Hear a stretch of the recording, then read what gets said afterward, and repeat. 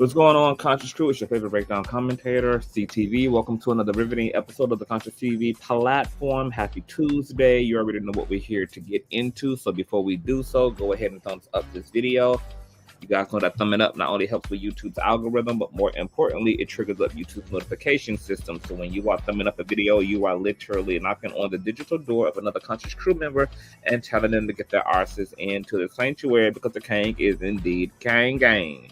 Also, make sure that you guys have your notification bell set to all. Shout out to all other new subbies. And last but not least, please share the stream out to wherever it is you have digital community, whether that be your Facebook, your Snapchat, your Instagram, your YouTube community wall, the dark side of Twitter, Tumblr, or your personal OF.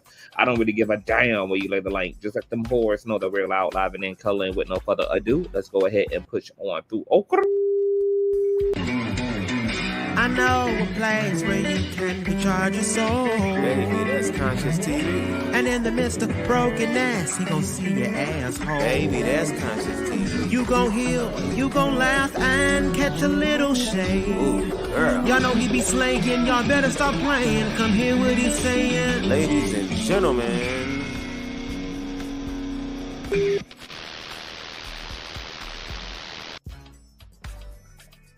Girl, I am so annoyed because the grocery store that I'm ordering some groceries from, they are literally basically out of stock of damn near everything that I fucking purchased. So I'm just like, girl, what was the point of the order, honey? I'm about to get like two damn items delivered to my damn house. Like, do the citizens of the South know something that I don't? Girl, is there a looming apocalypse, girl? Okay, is Debbie about to come through here, girl? And these folk out here buying up all the toiletries, all the watermelon, girl, all the hog maul, all the collard greens, all the everything, honey. Like, everything, every notification that I'm getting is item unavailable, item unavailable, item unavailable, item unavailable, item unavailable, item substituted. Girl, just cancel the whole thing. Hi, you guys. Let me speak to the Conscious crew in the building, honey. Oh, you know what? I forgot. It is the 6th, girl. Which means that these goddamn whores out here with these goddamn hundreds of dollars in EBT, bitch, and is clearing the shelves. On period. What's going on, Waves? Grand Rising Star, Grand Rising Tam, Grand Rising Rumors and T, Grand Rising A-Ring, Grand Rising Lady D, Grand Rising Coach Leslie, Grand Rising Lady D, Grand Rising Lauren. That's why I drive to the store and get my own shit. I'm about to start. You know, I'm such a lazy hoe. I don't be trying to do no type of domestic nothing, honey. You know, technology done changed the game, you know, so I be treating Uber Eats and online shopping the way that, you know, my mans treat me, honey, which is doing all the work for the queen, baby. Okay, I like to just sit back and kick back and reserve my power, you know, for more serious endeavors. However, yeah, I'm gonna have to start pushing through these stores on my own, at least sometime, every now and again. But I hope you guys are doing well. I want to come and talk about this Erica Mena interview, Greya. It hopped up in my news feed. I said, let me check out what the hell Miss Unemployed, you know, talking about these days, which is the same ish, honey. You know, her tired, raggedy ass relationship to Safari and all of that. So I sat through the interview and I was listening by and by, through and through, and I was like, ooh, I got some weird thoughts and feelings, girl, as Cam Newton, the host. I don't know if you guys watch Cam Newton. This is my first time watching his content. Cam Newton, girl, got a YouTube channel. I think he's an ex-football player, something like that, child, somewhere in the sports arena. And I just found some of his talking points to Erica Mena as it related to, like, romance and intimacy and men to be so cringeworthy, and it was clear and obvious that he was obviously team nigga, and I just felt like he was putting Erica Mena in the damn sunken place, girl, and I found my own brain and my own consciousness sinking into the damn sunken place, girl. So I had to start thrashing around holy water and throwing bones and tarot cards and shit, girl, to rebuke this nigga and the Father, Son, and the Holy Daughter. So I was like, you know what? This would be interesting to talk about, you know, since we're on the whole conversation of Cardi B divorce and Offset and the nuances of breakups and moving out of toxic relationships, especially when they're compounded by low self-esteem and other pre-existing injuries to the emotional, mental, and psychic body. So I was like, I think this would be on trend of all of that. So we're not going to listen to the whole interview, obviously, and there are a lot of things that were said, but I did not really do my due diligence in doing my timestamps. However, I do have 2 timestamps I want us to at least use as a catalyst, and then we can skinny around the rest of the segment about her relationship, girl, because it was just given very toxic on Cam Newton's end. And even though he apparently is booed up and his lady was on set, and thank God she was, because Erica Mena would have fucked the shit out of her nigga, and you know, she was low-key whistleblowing, girl, like y'all, like she was on her Kenya Moore bag when it came to Phaedra and Apollo, girl, like who would y'all have a threesome with out of everybody who is here on the floor, girl? Okay, was definitely giving thirst bucket, baby.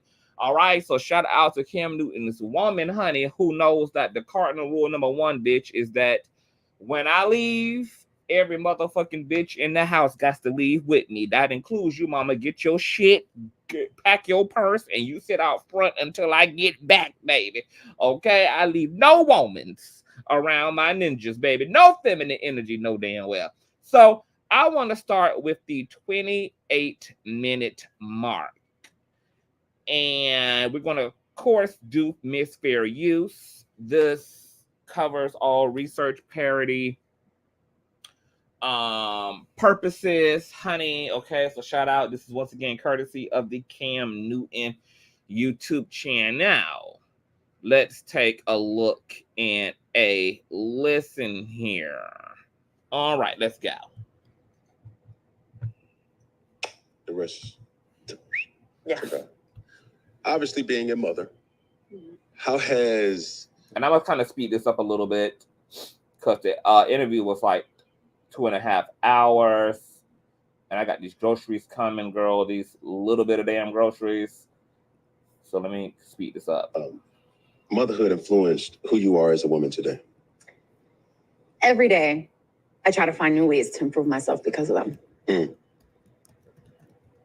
Now, Black culture feeds fashion, but fashion doesn't always all right, they feed pay us. the bills over there at the Cam Newton show, girl. And y'all pay the bills over here by hitting that old nasty piece of thumbs up, child. Y'all know all donation information is in the description box below. Love y'all long time. Thank you in advance. And how you doing? 3. And can't take this moment without saying rest in peace to Raul. But the truth of the matter is, going through your situation now. Thank you for that. Yeah. Going through your situation now, how is co-parenting? I want it to be better. What's the status? I pray every day it gets better. I got 3 baby mamas. I'm with one of them. The only people that you are affecting are the children. So whatever you got going on and he got going on, keep it above. Fucking fix it. It ain't even fix it. It's fucking fix it. Because they are being affected even when you don't think, or even when they don't even think that they're being affected. I asked you, starting off, does your parents not being together affected you? You said, yes. Now, if you don't fix this, you're just keeping on the trauma for generations and generations. You're absolutely right. And I could be a hypocrite, but I'm just giving you my truth. And I give you my platform as vulnerable as I know how, but as honest as I know how too. Because I could be egotistical. I could be, man, nah, hell nah, fuck that. She ain't gonna try. But while you trying to make your point, it's affecting the kids. And it already inquires a lot. She doesn't understand. And she was the firstborn from my marriage. So she got a little bit of us being together. Super young, Right. but she got a bit of it. Mm-hmm. And you'd be surprised what kids remember, even as babies. Yes. Because I remember the craziest things happening to me when I was in foster care. Like, they'd be like, you remember that? I'm like, yeah. Mm. You know, it's all about, like, we're human. So everything like, affects, and it doesn't matter how young or how old. Right. So I have a hard time being okay with him not being so attentive with our offsprings. Because even though we aren't always on the best terms, we did make these babies out of love. For sure. So I'm still trying to understand how I can make a way for us where, no, we're not together, but that doesn't mean because we're not together, you can't do your part. It's And that's the problem. when a man hurt, just like a woman too, a man suffers in silence. A man suffers where like that bravado, that strong strength, and I be damned. We can't always verbalize that because we are hurt. Right. And my father would say, you got yourself into the situation. So it's gonna take you to get yourself out of there or to make peace with it. And when I look at my children, it's nothing that I would say, oh man, I gotta fix it. So. But you have that mind state. You know how to stop as a man and say, I have kids now. Yeah, it's okay to be all about yourself because we have to love on ourselves. Go to the gym, do what you do to make yourself feel good or this and a third. But if you don't have that maturity and that, if you don't have the heart as a man to stop and say, it's not only about me anymore. All right, let's be proactive. Okay. All right, because I feel like I'm speaking to people who are going through this and need to hear this. Yeah, for sure. Do you think you still have his ear? In what way? Like, can y'all talk? Do you think he listens to you? Yeah, if I'm offering pussy. Okay, that's some real shit. Do you think you still have his ear? Yeah, if I'm offering coochie. Yikes. Oh, I'm serious. Okay, do you still listen to him? I try. And I do. All right, now I'll say this. But if you're talking to me and killing brain cells, I gotta protect my own. That's facts, but this is my point. You still having his ear. This has nothing to do with pussy. This has nothing to do with intimacy. This is me as your once love of your life, and probably still. He may not admit it, but still, hey, where you at? Because your kids need you. I'm not here to bash you. I'm not gonna go to the media, but I want to help you help them. I try, but when you deal with someone that has enablers as well to make them feel like them bypassing their responsibilities is okay, that's a war in itself. I'm one person where he's standing on where he got homies and his mama and his sister. They all enabling the foolishness of not being present. But you're saying all this, and I am agreeing with it. I don't necessarily know it to be true or not. What I'm saying is that was your husband. Yeah. So you can't say you got enablers and this and that. You know how to maneuver how you need to maneuver. Oh my God, I try. But you have to keep trying. And I do. But to a certain extent. Okay, so I want to chime in there, girl, because Cam Newton really tries to convince Mena that she, in and of herself, for some odd reason, can rectify the co-parenting situation between her and Safari. And this is kind of a misnomer in general when it comes to relationships, like this idea that a person can single-handedly just fix a two-party situation. It's just really tired, it's really delayed, and none of the data supports its reality. Safari and Erica, like any other couple that has produced children, did this together. Mena, in and of herself, cannot force Safari to be compliant. She can't force him to show her children the affection, the attention, the care, the nurture, the protection, to invest the time and the energy that they deserve. Just like he can't force her. And no amount of her trying or fighting or etc. is going to make that happen. It's also ultimately not her responsibility, especially if they came together intentionally to create these kids, had a desire to create a family, and made a commitment to love their children.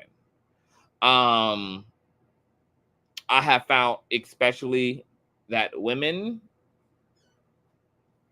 end up in a disadvantage in this situation because they end up more stressed.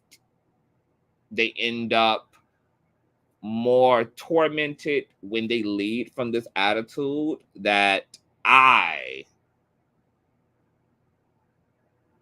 am obligated to fight with this man who willfully created these children and forced him to care for his own kids.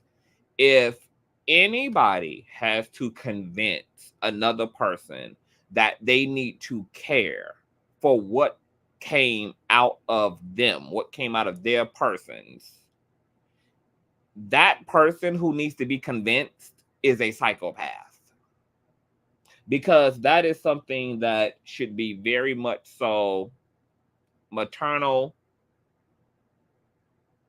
in nature.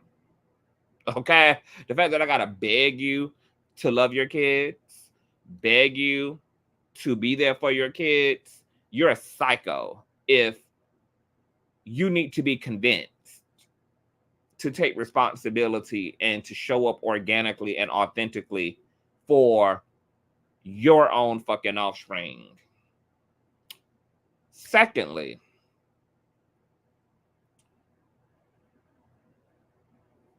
what Erica should do is the complete opposite of what most people actually do, which is stop running behind a nigga that don't want to be there for his kids and focus her efforts on just making sure she's emotionally supporting her children as it relates to them having a emotionally unavailable father. Now, this is where things typically get tricky at when it comes to co-parenting, because a lot of times the parent who's left behind, who's taken on the responsibility, sometimes ends up either intentionally or unintentionally projecting onto the children with their own personal feelings about the absent parent. This can go real left because a lot of kids can end up resenting you once they get older and they're maturing, and will sometimes blame you for the way they feel about their absent parent by saying, you know, you've talked so horribly about my mother or my father to me. You know, you constantly told me that my mother and my father wasn't ish, ain't ish, etc. I do think that parents need to avoid this projection. What I would do is keep my personal feelings about my trifling ass baby daddy and baby mama to myself, and just make sure that I'm allowing my kids to come to their own conclusions about who their absent, tired ass daddy or mammy is.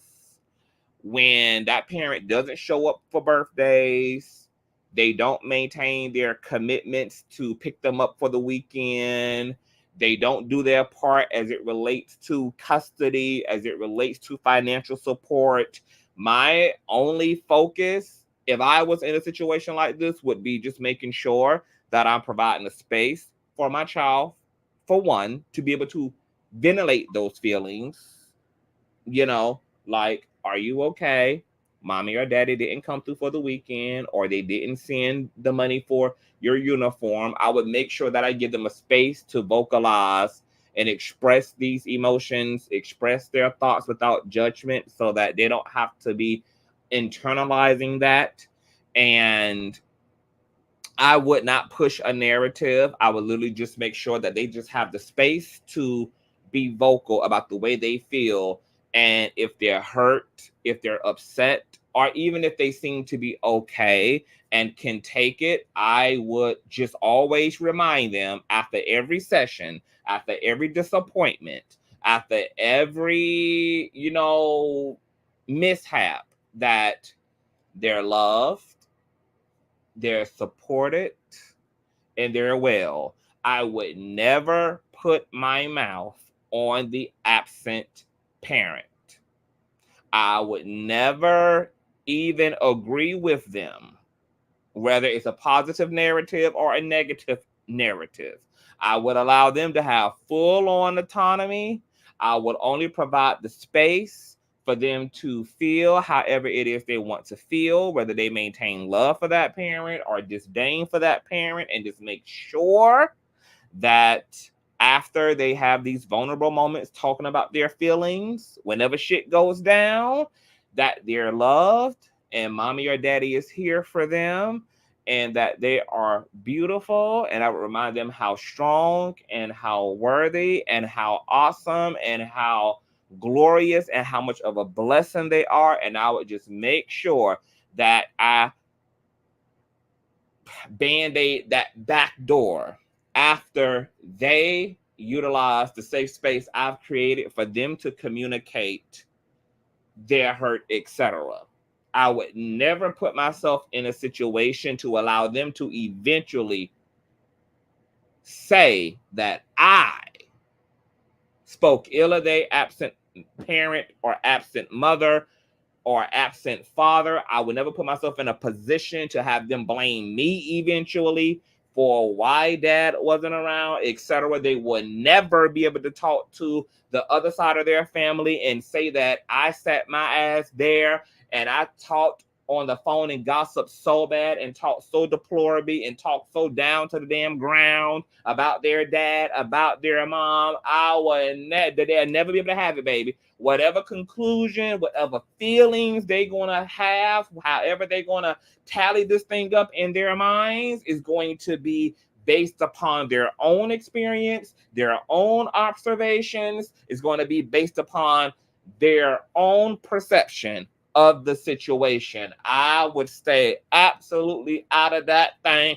and just make sure that my kids have a space to talk to me and be vulnerable in with me. And if they didn't feel comfortable talking to me, have no problem getting them therapy so they can talk to a therapist and ventilate their feelings. And I would just be supportive of how they feel, for better or for worse. Supportive of how they feel. What's going on, intersex? Hey, Unique. What's going on, Infinity?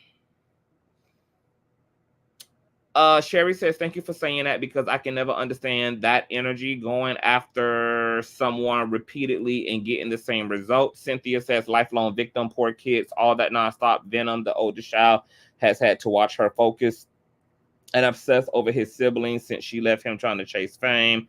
Sherry says, don't project, just live the best life and know that the kids will find out. Exactly.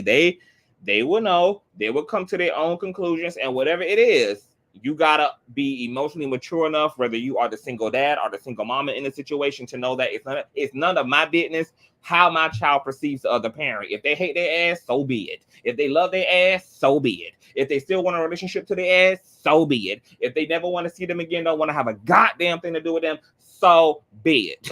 It's about leaving them to come to their own conclusions. That works better for them, that works better for you, and that keeps the potential for opposition to arouse between you and that child who needs to find. Because here's the thing about grief. Just like typically when people die, families typically go into pointing the blame, because that's kind of the first line of defense when we are dealing with very strong feelings around loss, around devastation, around breakdown. Everybody looking for somebody to blame. Oh, you the one who drove mama to her death. You the one who drove daddy to his death. You the one. That's a defensive mechanism. And young people already, not being the most emotionally intelligent, they're growing in their emotional and mental strength. Sometimes they also need a filler. They need someone to blame. And if you're the parent sitting there engaging with the child in negative banter about the absent parent, and you're also dragging the papa, you're dragging the mama, you're doing this in front of them, you're doing this with them, sometimes they will latch on to that, but not in the way that you would hope they would. They will use that to make you the villain because they're struggling to figure out why this person don't want to be in their life the way that you want to be in theirs. And since you seem to be upset and you are the remaining parent, which means that you're going to also naturally default to taking the blame for everything any damn way, you just make yourself an easy target for that child to redirect feelings about their absent parent they don't understand and make their experience of that absent parent your fault. Okay? Your attitude, your nastiness, your judgment is why daddy don't want to be here. Your nastiness, your controllingness, your ways are why mama don't want to be here. Okay? So just don't do that to yourself. Don't do that to yourself. And don't just insert your personal feelings and experience. You know, how you feel about the absent parent as a lover, as a parent. That's your experience. Talk to your support team, talk to your friends, talk to your loved ones, talk to your circle. You ventilate all that to them, and you stay out of that shit when it comes to the other parent. Here's the other thing about the whole like trying to force a parent who clearly don't want the responsibility, trying to convince an unavailable parent to be available is very dangerous. We have covered and read and seen too many stories in the recent years of parents who had kids for all the wrong reasons and then utilize those kids against their exes. You have narcissists who don't love their kids. They use the kids as a way to torture the other parent. We have watched parents even abuse the child, even sometimes unalive the child, just to get back at the other parent in the situation. So I do not believe in forcing people to be somewhere they don't want to goddamn be, baby. Like, I actually feel like I would be further endangering my children by trying to convince somebody who don't fuck with them, somebody who don't love them, somebody who don't want to show up for them to in fact do that. If you have to once again be convinced to love something that's a part of you biologically, that came from you biologically, that you helped to also co-create and manifest into this world, it would scare me to think about how you're treating my children outside of my supervision, how you're treating our children when they're fully in your custody. Because if you can justify being that negligent, then certainly you're not showing up fully for them, you know, when no one's looking. And I'm scared about how people really feel and how their feelings really show up when the spotlight ain't on them and when they don't have to be performative. You know, and people think that kids don't know. Kids know. Kids know you're not there. Kids know that the lights are on and nobody's in the room. You know, so many grown folk have had emotionally unavailable parents who were physically there, weren't there, and just being there was not convincing. Kids are the most empathic. They deal a lot in energy. They deal a lot in the unconscious. They deal a lot in observing your body language, observing your word choices, listening to what you're not saying. So kids see you, like they see you. So I wouldn't even need my ex being performative because I know that they're getting the same parent. Like, you're still not there. You're there in form, you're there in fashion, but you're not there in heart and you're not there in substance. So I'm not doing them a huge service by trying to beg the absent parent to be present. That parent might as well be good as gone. If you're not going to show up with the real holy deal, then you're only doing more damage and more complex damage to the child than anything. So I believe in letting motherfuckers stay where they at. Be where you at. You know you got kids. You know you got a responsibility. You know you have a social, a moral, spiritual obligation. I don't need to convince you of that. And if that's your organic posture, then so be it. I have no time to worry about your ass as the parent who has to stay in place and do this two-party situation as one person. I have no energy, I have no time to be psychoanalyzing you and to also caring for you and taking care of you and trying to get to the bottom of your fucking bullshit when I got 1, 2, 3, 4, 5, 6, God knows how many that require me right now, right here. There's also kind of this probably inappropriate time to also say that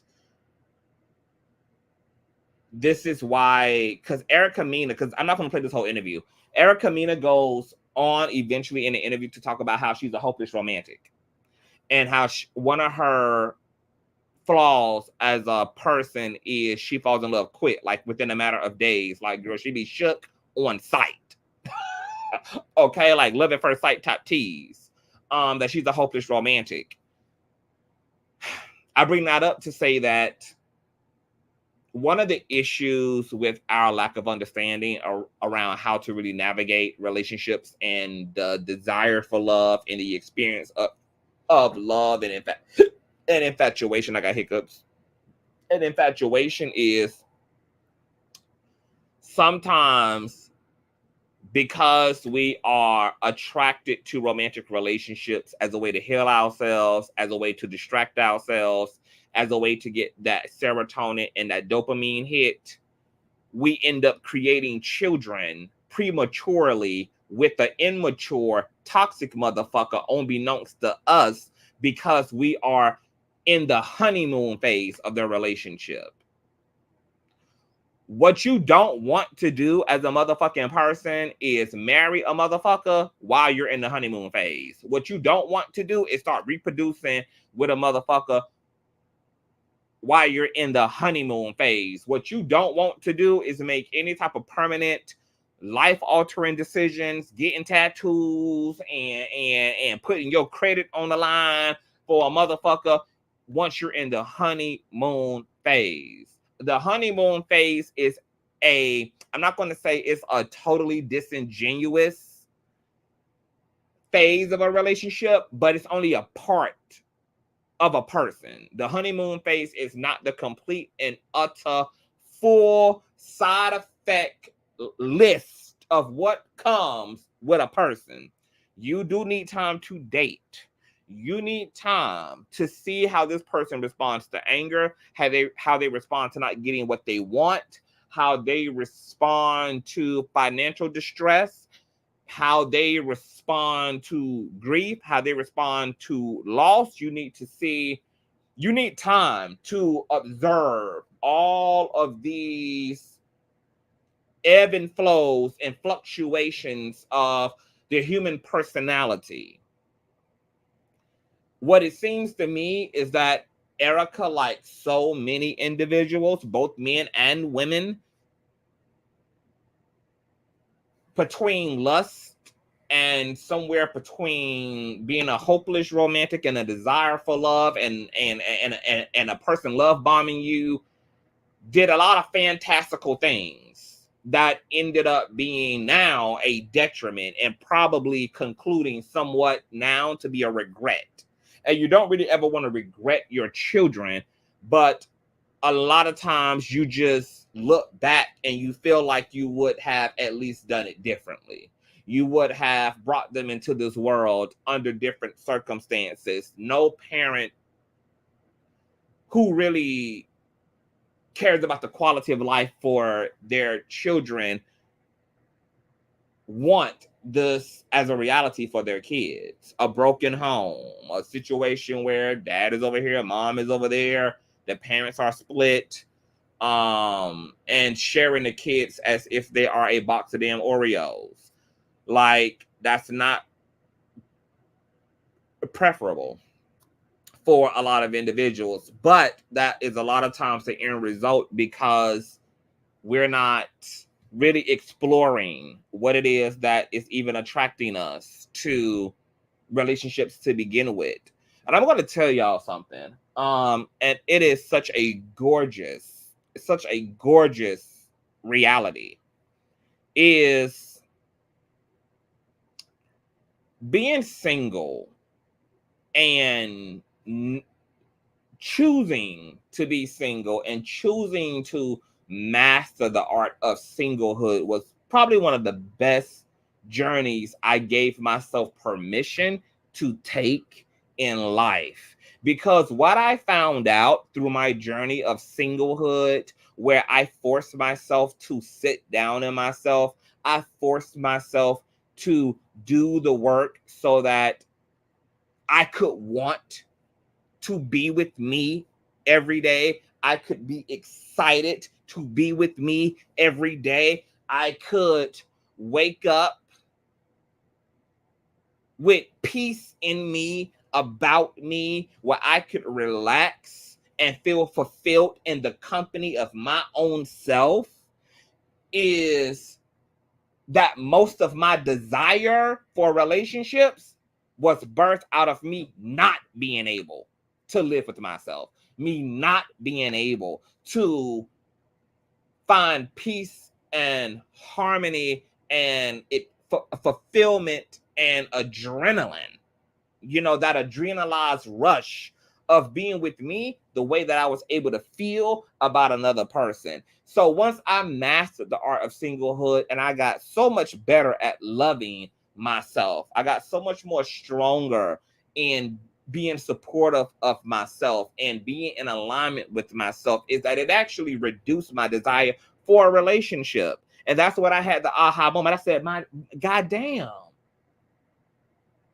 me choosing to be in relationship to me has reduced my need to be in relationship with other people. And now you can't dick bomb me enough. You can't be attractive enough. You can't be swaggerific enough to get me to lean into a relationship at first sight. To get me off that porch, to get me to give what I have now found in myself up, requires a level of commitment on the other person's end, and tenacity and impressiveness,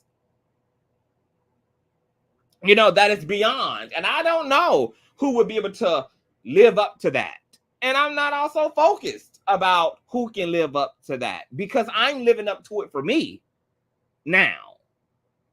Every day I literally wake up and I just am like, oh my God, my life is so peaceful.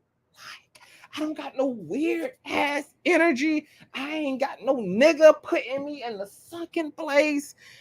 I'm so thrilled and excited about my future and the things that I'm creating and the creative priorities I have now. I am so excited to look at me in the mirror, to be working toward my own personal goals. I have moved beyond trying to find and having a desire to have legacy and finding love. My legacy is also in my work in this earth, is in my work as an empath, is in my work as a creator, it's in my work as a commentator, it's in my work as an artist, it's in my work as a friend, it's in my work as a loved one.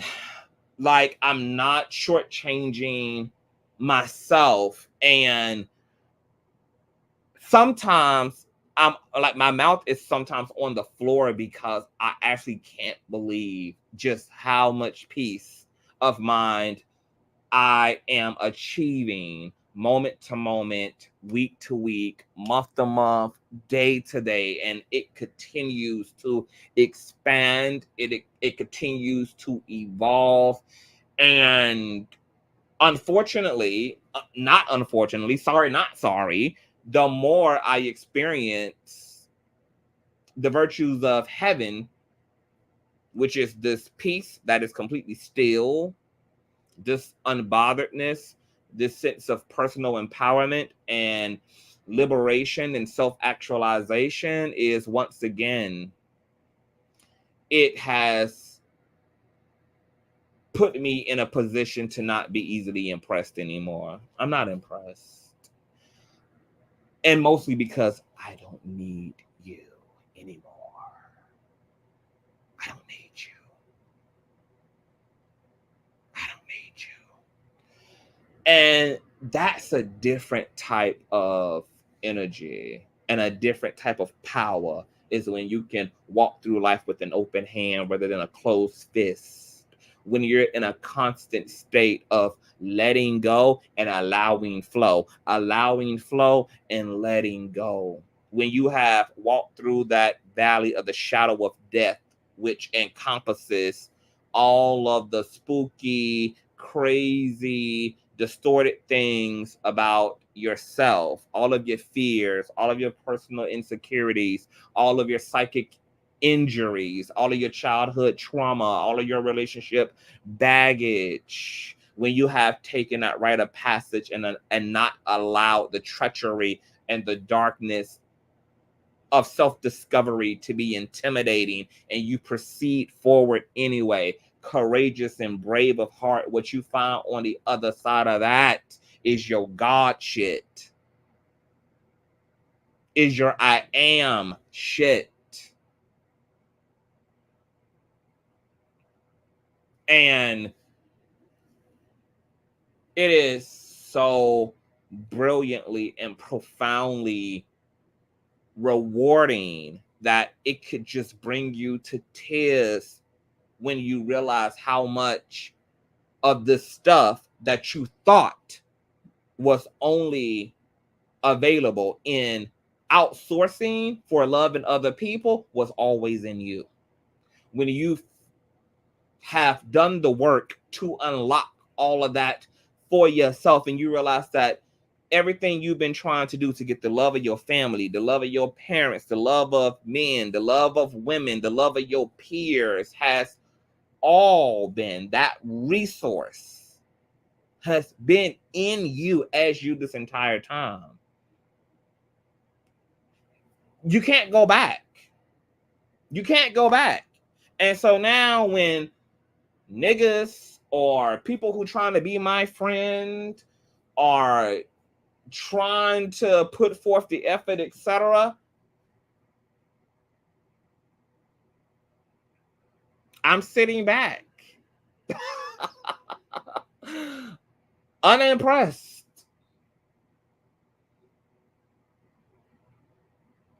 I'm sitting back unafraid.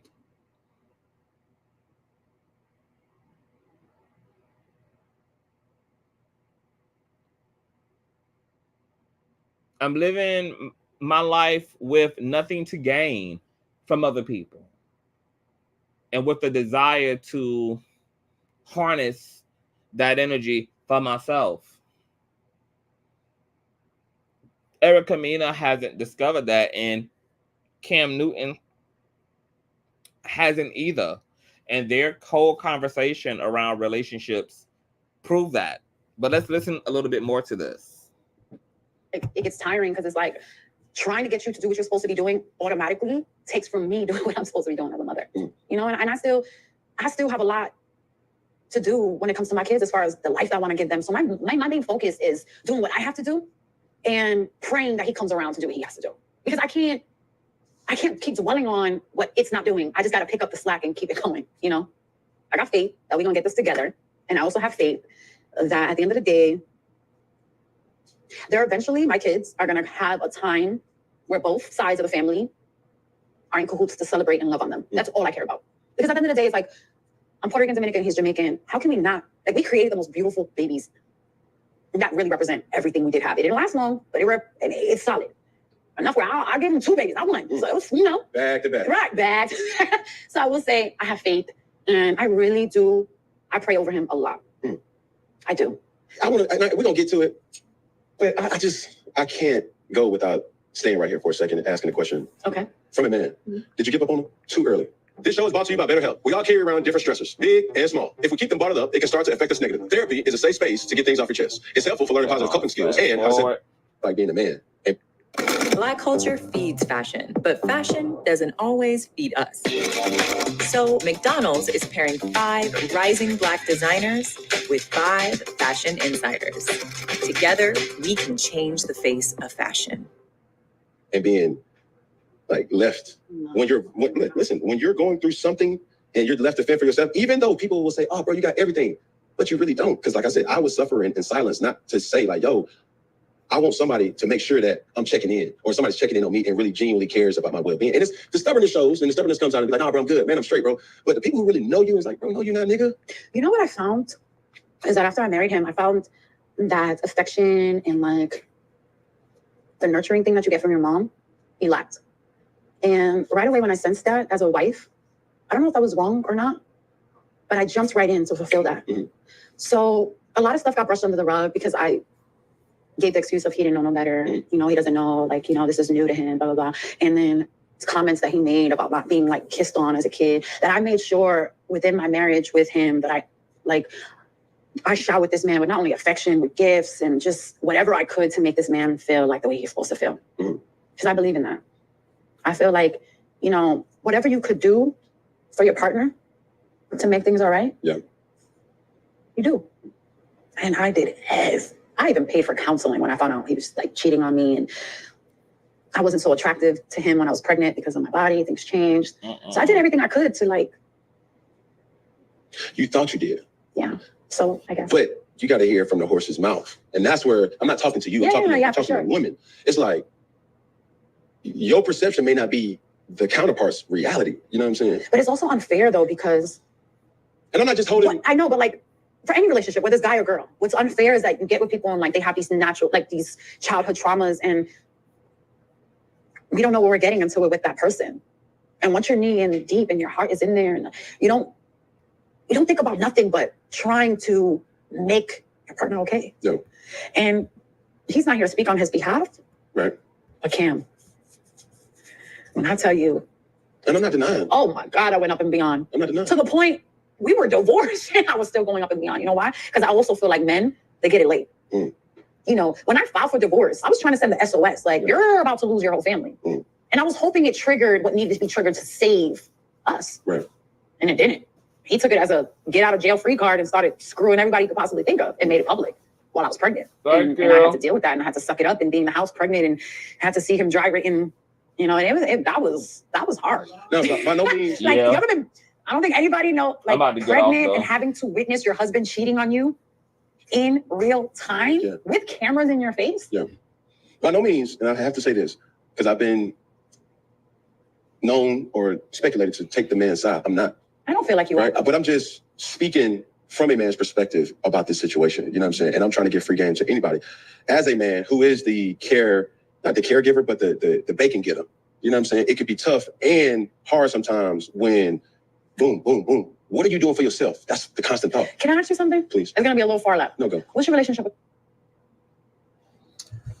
So I'm going to tell you, my heart fell to my stomach when Cam Newton told Erica Mena after she said, you know, I've done everything that I could to try to help this ninja, even when I wasn't doing anything wrong. I was still looking at myself to see if I was flawed. And even when my husband, who knew he wanted to have kids with me, decided that he wouldn't be attracted to me, even though he knew I would get pregnant, like, I remember doing coverage on that situation when it came out, like when she had put it out there that he wasn't even like attracted to her because she had gained weight and everything as a result of carrying their children.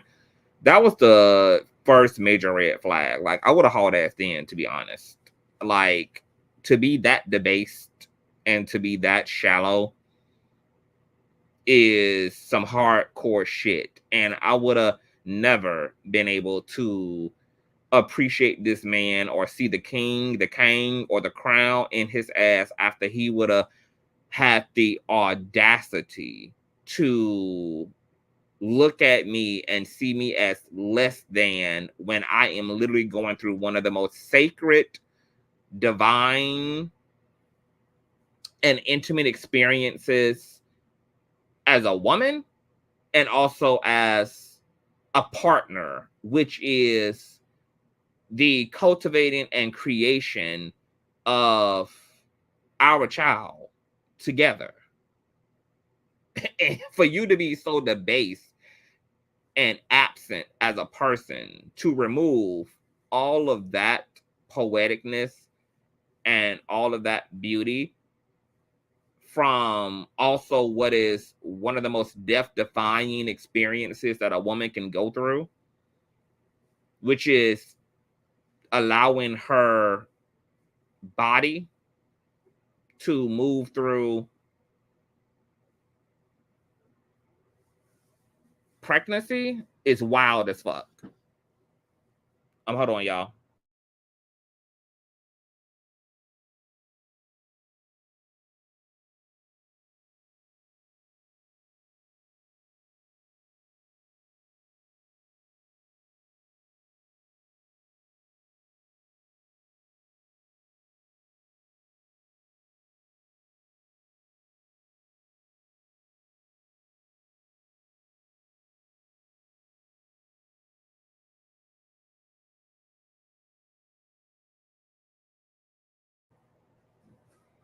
Okay, I'm back, y'all. So I'm just like, girl, Erica Mena was a part of her trying for Safari had less to do with Safari and had more to do with Erica trying to fill a void. And also taking on the natural desire to keep her family together. You know, rightfully so for her children. I don't think there's total error in that. But I do think there's a fine line between, like, as a supportive partner, you know, being strong during times of adversity and having to employ some patience, having to lean on some understanding, not to get caught up in phasey parts of relationships, because sometimes, you know, your relationship, it looks weird for a time. This time, though, should not be for years on end, and it should not be for months on end. We should give our partners grace periods because they're humans, and humans are complicated, mostly because humans are trash. And things won't look the same all the time, but the mood in your relationship shouldn't be flipping, you know, every other week. It shouldn't be flipping every other month. You shouldn't be kind of consistently running into walls. And your partner does not have an excuse to not return back to their resting space. Like, yes, you get a recess when you're having a bad day, we're going through tough times financially, etc. Understandable, but both of us should maintain a devotion and a commitment to each other. Now, the both of them do touch on commitment and devotion. And Cam Newton defined devotion as a feeling.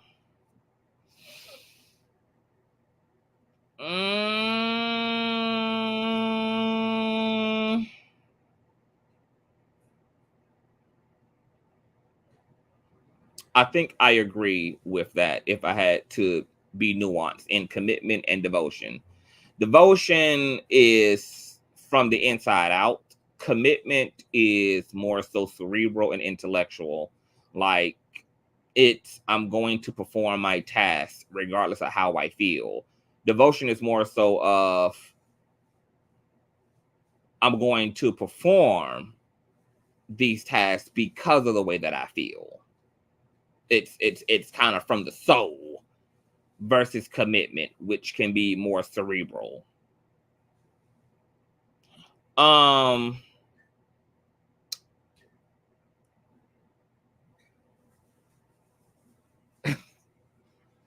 It was just shocking to me that Cam Newton put just a lot of emphasis on Erica Mena to figure out Safari, when his feedback to her should have been more so asking her, what did she discover really about herself?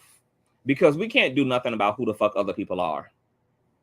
And we can't change who other people are. We can't change what they want to be. We can't change what they're trying to do. All we can do is constantly refer back to ourselves and figure out where we are in the matter and what we want and what our inner dialogue is about ourselves as things happen. And I wish that's the direction that Cam Newton would have driven the conversation, instead of doing what men typically do, which is pretty much indirectly assigning journalism to the woman as it relates to figuring out her nigga. Once again, these are things that wouldn't even have to stand if men had a certain level of transparency to begin with. It's not any partner's job to shovel through the other person. If you are a healthy person, you would never put your partner in a position to have to shovel through your shit and to have to sneak in through the back door of your consciousness and figure you out. You would have yourself laid out on the altar before your partner. You would, a part of being in love is being willing to commit to a constant state of vulnerability. Something that I know is very hard for a lot of people because our egos almost experience a damn adverse reaction, girl, to vulnerability. You know, we immediately want to close up because it's scary to be in free fall. But that's also the only way to develop trust. It's also the only way to actually develop a strong foundation of intimacy is to be willing to commit to a constant state of vulnerability, that to commit to that feeling of your tummy just tingling, that feeling of going over a hill real fast and your tummy just flying up, a constant state of openness and present. That's what's required. I shouldn't have to beg you to talk to me. I shouldn't have to decode and translate shit from you. That's not my job. We are in a relationship. Your job is to allow yourself to be seen by me. That's an act of love. That's a loving posture. And from both of our nakedness, both of our vulnerabilities, we collaborate on our work as individuals and our work as a partner. Erica Mena was being abused emotionally without knowing it because Safari used the excuse of childhood abandonment and childhood trauma as a way to practice escapism. And because she's wide open and open-hearted and empathic as hell and have all of these reasons and motivations to make her relationship fucking work, she's running behind Casper, the friendly damn ghost.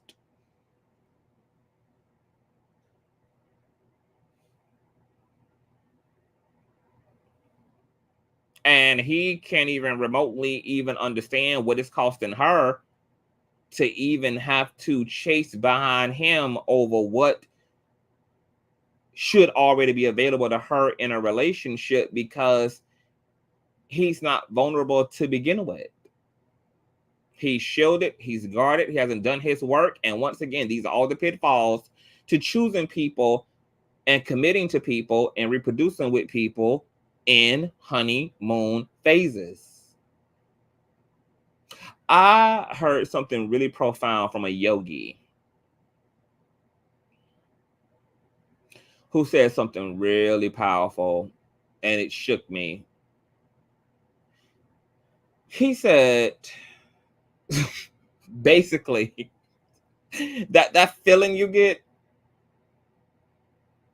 like that love at first sight feeling that you get, or that butterfly phenomenon that we experience when we're in love, is indicative of one or two things: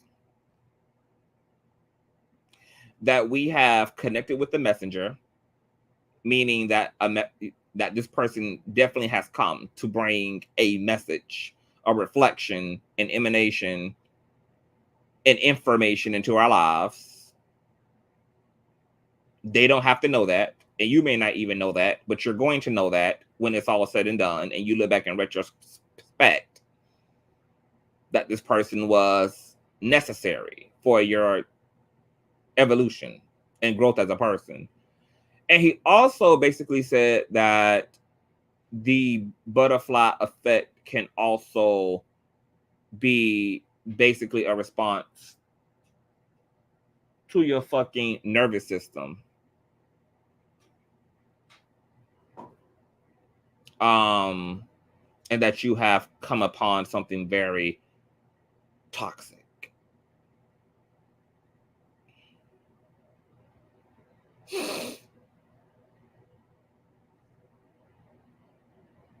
Probably experiences that are consistent with meeting your twin flame, which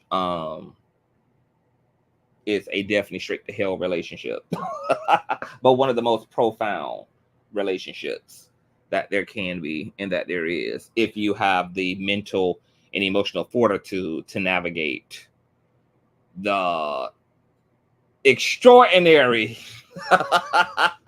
collaboration between you and the twin flame, baby.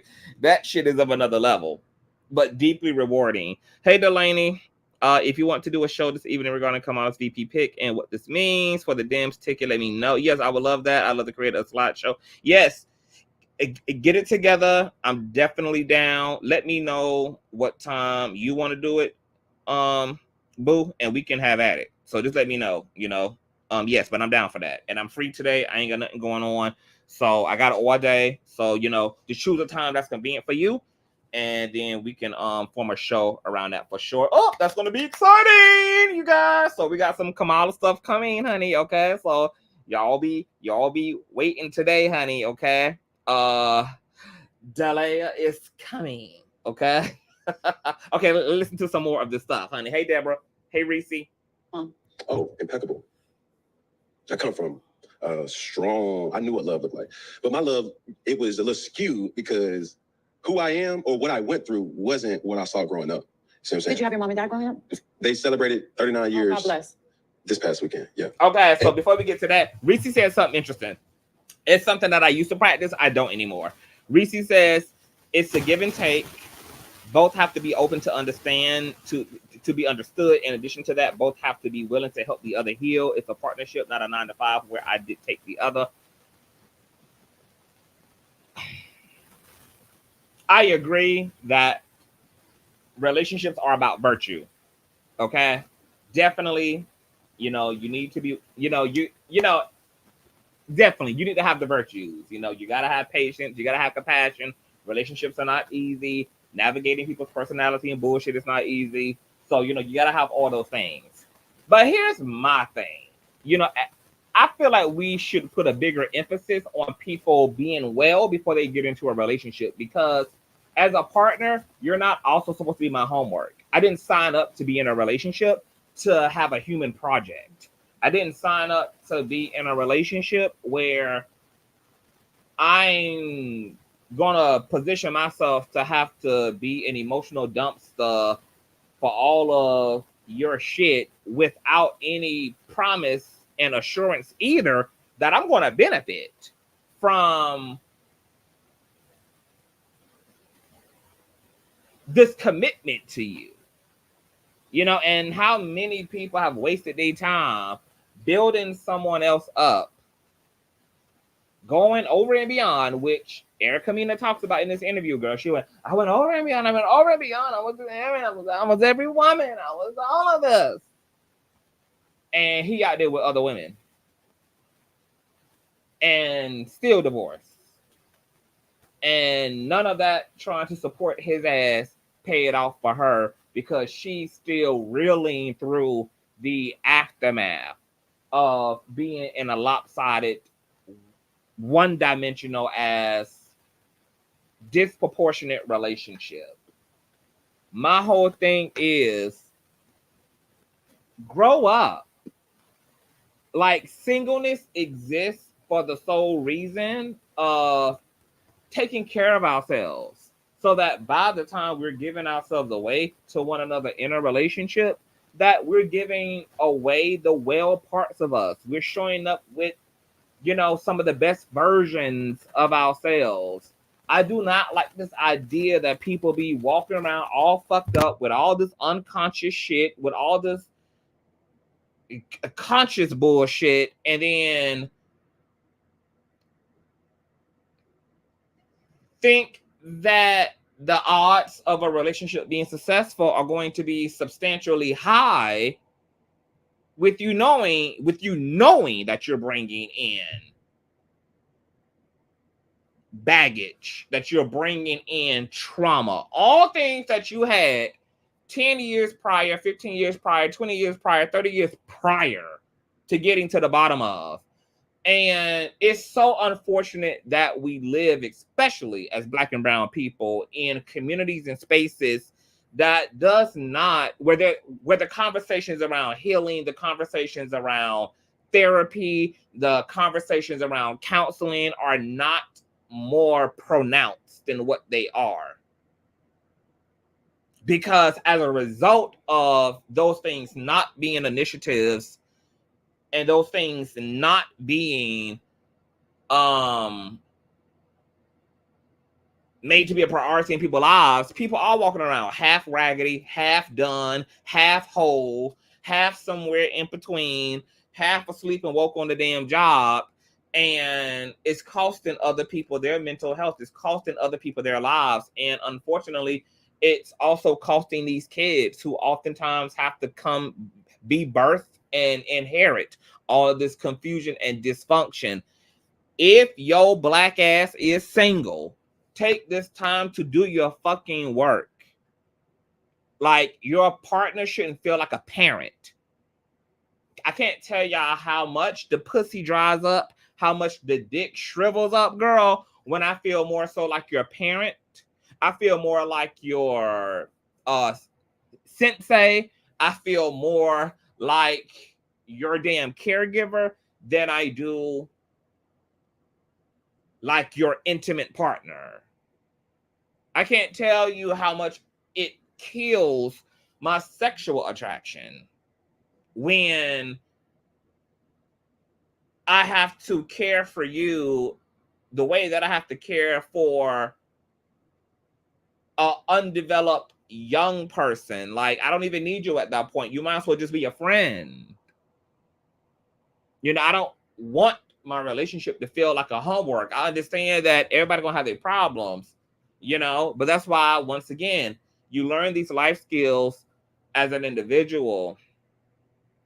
You cultivate a strong relationship to yourself. You take time to unearth all the dark shit in you, all the shit that's been wrong and injured in you. And then on the other side of that, that's what you evangelize to all other people. That's what you give to all other people.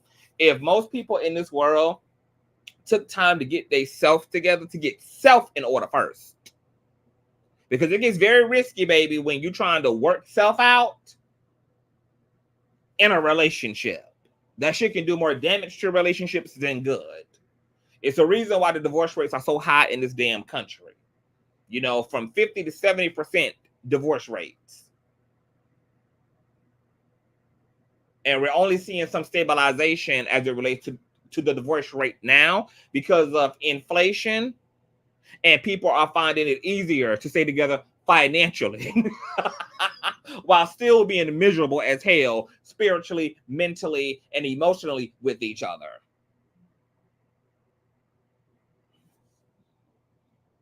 You know, but we allow our impulses to be with somebody, to feel this void, to treat this loneliness, to comfort this loneliness.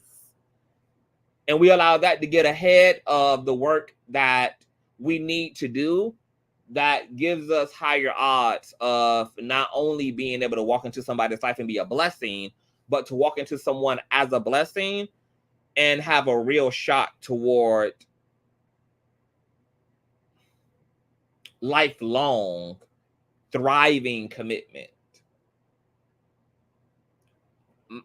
Based upon the research around what is really complicating people in marriages and in long-term relationships, my surmise is that, because, you know, we constantly hear, now marriage is hard, marriage is hard, marriage is hard, it's hard, it's hard, it's hard, it's hard, it's hard. It's really hard because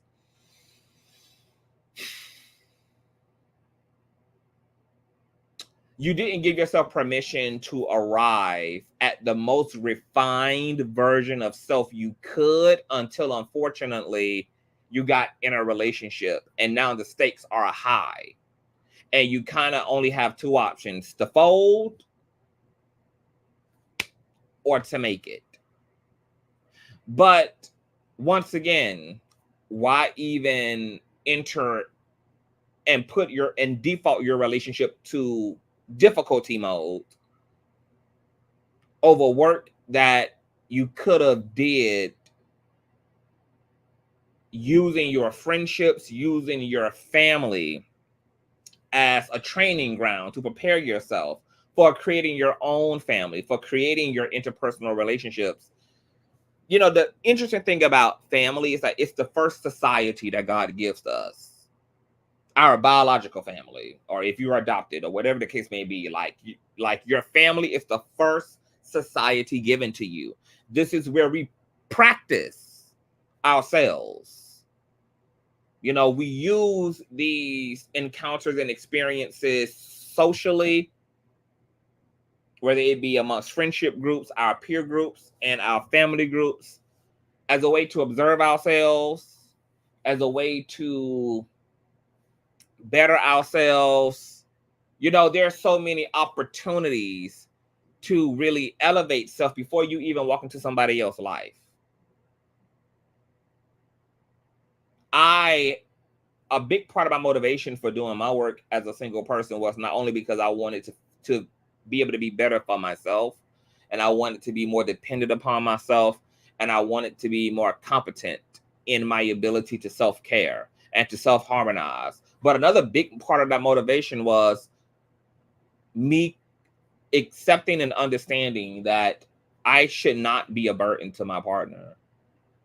I want to be able to be a blessing to my partner. I want to be able to be a piece. I want to be able to be a compliment, an accent to the good that my partner is already thriving in and indulging in as a single person. You know, I want to elevate that. I want to merge with that, etc. Being single gives you the opportunity to deal with all of your shortcomings as a human being. And we are really being selfish when we don't prioritize that work and then yet still think that we should be attractive and should be afforded long-term commitment without changing these aspects of ourselves that are problematic as fuck. Like, I'm so sick of people being lazy as hell and relying on someone else, you know, and these erroneous ideas that this is just who I am. This is just how I am. Take it or leave it. Gonna leave it, baby. I'm gonna leave it. Ain't no taking, bitch. Okay? Because to be with me, you're gonna have to offer me something that's equivalent to what I'm already in emotionally, what I'm already in mentally, or you're gonna have to offer me something greater than that. But you damn sure not gonna offer me anything less than that. And because I can live with me, I don't have no problem forfeiting the dating experience altogether and dying very much so alone, dying very much so unto myself, being unto myself until the end of the age, baby. I don't have no hangups about that. When I think about myself as a 70-year-old single in my 3-bedroom a southern home girl on acreage, and I think about just me in that scenario, I have no more issue with that than I have about that right now in my prime, when I'm a complete and utter bad bitch. Like, I'm done with complicated shit. I'm done with it. For me personally, spending the last 30, 40 years of my life, because I'll be 39 this year, rolling into goddamn deep with people, making all this space and all these excuses, just like Erica Mena admitted that she did, you know, for why people are troubled, and, you know, justifying putting up with misery and sadness in the hope that I'm going to get the better version of the individual, only to be left looking stupid as hell after you've put your head on a swivel, put yourself and made yourself a sacrificial lamb, made yourself a stepping stone for them, only for them to utilize all of that for their self-gain, and then to give that potentially to someone else and not to return that and return those results back to sender. Like, I'm good on that. You know, and I'm also clear that I'm talking about the minority of people. Most people are not well. Most people, you know, are not whole. You know, the general public is filled with a bunch of mixed nuts. So I understand that what it would take for me to want to be with somebody and to commit to somebody and to be interested in a traditional relationship with somebody is rare, you know. And I've heard people, you know, say to me, girl, like, you probably, girl, you're not gonna find that. And I'm fine, because I'm not looking for it. I'm not looking for anything to begin with. It doesn't even have to happen. That's the gag of it all. And I'm not somebody who deals with 60-40 and 70-30 and all of that shit. I'm cool on item being unavailable. You can cancel the whole order. Because it's not a need to begin with. And I'm not so desperate that I need just a little bit. I need somewhat. Just give me an old piece of a man. No, bitch. Not when I am I'm a whole man from the inside out. You know, being with somebody would be a bonus. It's not a necessity. It's not something that completes my life. It's not something that makes me feel even more connected to life than what I already am feeling in life. And now that I've given myself to really travel the full gamut of singlehood, I actually have come to realize that relationships slowed me down. It actually was kind of blurring my lines of vision. It actually was kind of reducing my ability to really be present and to enjoy the fruitfulness of just existing in the world and skipping a loo down the yellow brick road, excited to, you know, visit Oz. And a big reason why it even took this long to get here is because I came from a culture that taught me the complete opposite. You know, a lot of us have never been taught to vote for ourselves. A lot of us were raised by people who said one thing, but they did another. They told you, you know, always strive for the highest good, always da da da da da da da. But then you saw them settle, and you saw them sink into abuse, and you saw them compromise. You saw them willing to take so little and not stand on business and not stand on what they were proclaiming. So you got all this weird ass mixed messaging, and then you got all these piss poor examples and demonstrations. And so then you don't end up finding yourself and discovering the truth until 40 years out, until 30 years out, you know, being a late bloomer, coming to realizations that we all could have came to at 18, at 22, etc. if the culture and the community would have actually been healthy and teaching healthy things and teaching and leading from a sense of empowerment. But both of us came out of brokenness, came out of people who struggled, you know, in self-empowerment, who struggled in self-liberation, and therefore that lack thereof and brokenness showed up in us. And it shows up in everybody differently. It may show up in your dynamics as a friend. It may show up in your dynamics as a parent. It may show up in your dynamics as a lover. It may show up in your dynamics with your career, you know, but that shit shows up. And here it is. You have Erica Mena, who was a very successful woman, but where her brokenness shows up, where her past and what was demonstrated to her shows up is in her dynamics with men. and maybe in her dynamics with some of her children as well. But she can be competent as an entertainer. She can be competent as a career-driven woman. She can be competent in knowing how to produce income and materiality for herself and to be materially independent. But where she falls short at, where her blind spots are at, would be in her navigations of men. There is no excuse to be fucked up. Do the work. Be single with the intention of self-discovery and deep, deep self-improvement. Don't do the surface work. Go as deep as you can deepen that shit. Go as far in as in you can motherfucking go. Go where no man has ever gone before, baby. Travel the goddamn odyssey of self. And you may have to sit on the sidelines and miss out on some shit right now because you're in that self-healing phase. You're on that self-journey. You may not can get out there like your peers right now, like your community right now, and be on the dating scene because you are doing that work in an attempt to go for quality rather than quantity.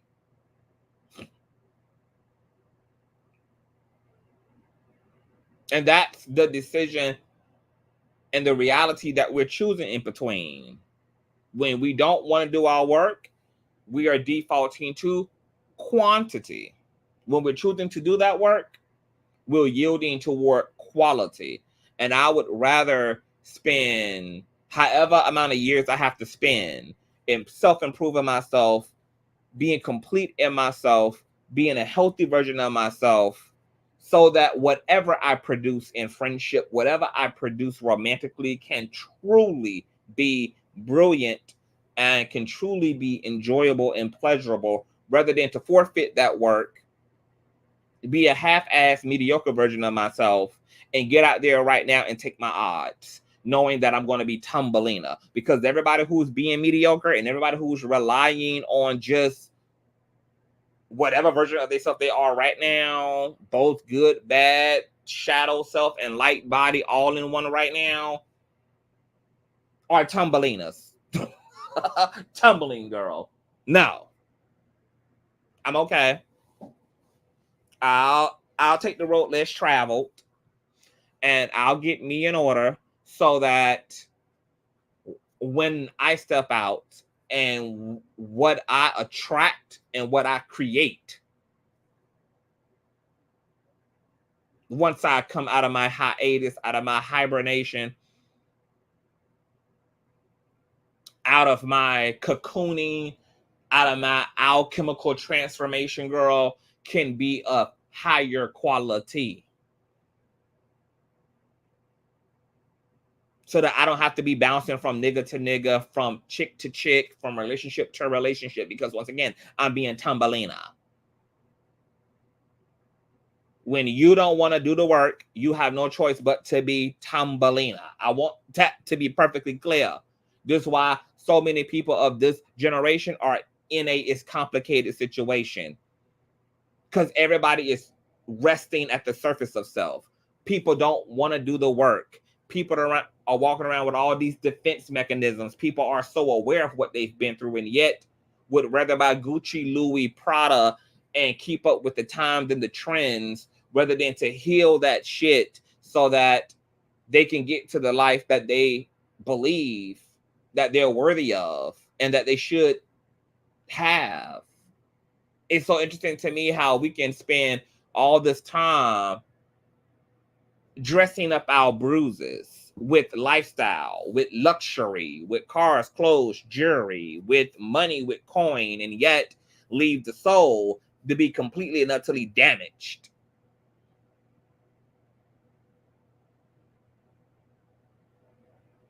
I'm not putting up with that. I'm not putting up with nobody whose priority was creating a great lifestyle for themselves while they were rotten to the core within. I'm not wasting my time. I'm not attracted. I'm not interested in what I would call posers. because I am clear enough and common sense enough to know that none of that outside shit is a reflection, and it's going to have nothing to do with our ability to be well to each other.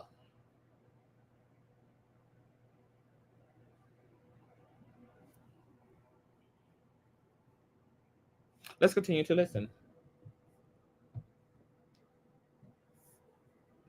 Grandmother too. So what I saw growing up was You have real examples. real examples, religious, Christian, strong, that's not of God, and that's the devil. But what my life, the journey that I went through was just like, yo, how do you know who's for you when anybody will go with you? Because of your career, right? Correct. So now it's like, hold up, man, Pop, hey, So do you feel like that's why you have like the Black culture feeds paying fashion, them bills, but fashion baby. doesn't always feed us. So McDonald's is pairing 5 rising Black designers with 5 fashion insiders. Together, we can change the face of fashion. the options that you the have. options come. That's what I'm trying to tell you. And that's why So I it's not because you lacked love from an upbringing. So that's okay. So when you speak, you have to remember you're speaking from a man that has examples. Yeah. You can't speak for the men that don't. But I'm speaking for the man that can cope with what I'm going through. Yes. And I think that your ex-husband can cope with what I'm going through because he has options too. Yeah. You see what I'm saying? May not be the same options. And I'm not here to but tell I'm saying, who's like, who. as far as like his options and the longing is because he's trying to fulfill something he didn't get as a young age. Your whole thing is you're being bamboozled because of who you are, not because of where you lack. I can't agree with that because I'm still yearning for something too. And we Really? all fall It's because you feel like you haven't found the love. No, I have, but Okay. it's the ego. It's nuking the ego to be able to say, I don't need that. I can get that, but I don't need that. And we fall victim to that. So as a man, you're like, yes. okay, because this is It's easy. presented to me. It's easy. So you Go ahead. have actual, what do you call that? What do you call I don't know. discipline. I don't. So what do you call it? I don't. I call it honesty. I call it, I'm lucky to be able to have a You don't think you source. have discipline in knowing like, I don't need this? That's discipline. For a man, I don't need this, but I can have it. So let me have it. That's discipline. You're saying, I don't need this. Mhm. Not a lot of men are saying, I don't need it. No, not a lot of men are saying that to the woman. Or in general. No. See, that flew over a lot of people's heads. Not a lot of men are saying that to their women. Baby, I'm weak. Baby, I'm fucked up right now. And having a healthy banter. It's not, motherfucker, you ain't done with that shit yet. You keep coming in late and doing this. We're not judging the branch on the tree. We're judging the root. Oh my How can God, we I heal like wish. that? I want my next relationship to be like that. Now let's speak on that. That's like, smooth transition. I'm like, we don't gotta lie, sugarcoat. It is what it is. You know what you're getting into. I'm gonna know just be transparent. I don't give a fuck what it is, what you did. I hate liars. I'd rather you tell me the truth and then let me deal with the bullshit later. But a lot of men love lying. a lot of women say that they can handle the truth, but they can't. Oh my God, the truth turns me on. Yeah, but I'll say that again. And I'm speaking for my men now. I might be hurt for a second, but the truth gonna fucking set me on. I tell my it's lady. like, you was real with me. Yeah. I tell my lady this. My Like- honesty, it's gonna hurt you on the front end. Yeah, It ain't gonna hurt you on the back end. You hear me? You did. that's what I like. So when you able to, Especially when you're like giving me the truth, it's just us. oh, Give me the truth before the world finds out. I could curse you out, get it out of my system, and we could face the bullshit together. see, that's what my partner do now. That's my nigga. You feel me? Like, I look. Okay, I want to speak on this. What Erica Mena just implied is like a man being honest after he has defiled the covenant. We're gonna have to take it back before you even get to the action. Being honest enough about what you are feeling before it even becomes an action. I don't appreciate your honesty after you've done what you've done, and now you're gonna tell me because there may be some social consequences, some shit may be coming out. That's not being integral. Being integral is being healthy as a person is, for one, about assessing your own desires. For one, you deal with that shit before you even bring it to me. You figure out what you need to figure out about what you're experiencing, what you're feeling, what you're thinking, etc. You sit in that, move through that, and see where you get to, and then whatever in conclusion you get to, that's what you bring to me, if there's anything to bring to me at all. You already fucking, cheating, stepping out of the relationship, having emotional affairs, having sexual affairs, and then telling me is not honest and it's not upright at all. And with Cam Newton saying, you know, women say they can handle the truth and a lot of times can't, it's also a manipulation as well. Because once again, going back to the integrity thing, you being honest and transparent has nothing to do with the other person. Whether they can take it or not, whether they can handle it or not, whether it's going to hurt them, heal them, hinder them, is all irrelevant. If your personal practice is transparency and it's honesty, that's something that is going to be a product. That's something that's going to be executed regardless of what the external consequences hypothetically may or may not be. It's not a transactional characteristic like, well, I'm going to be honest if you're honest. If you're choosing to be an honest and a transparent person, then that's what the fuck you're going to be, whether it's going to hurt, hinder, or liberate someone. So men don't have an excuse to maintain lying or being deceptive or withholding because of the excuse that, well, it may upset you and anger you. Yeah, that kind of has nothing to do with me, whether it's going to upset you or not. It has nothing to do with me, whether it's going to bother you or not. It has nothing to do with me. I practice a level of transparency when it comes to myself, and in return, I have nothing else to give to you but transparency of self. And it's up to you to decide how you want to handle whatever it is that I'm transparent about. That's between you and you.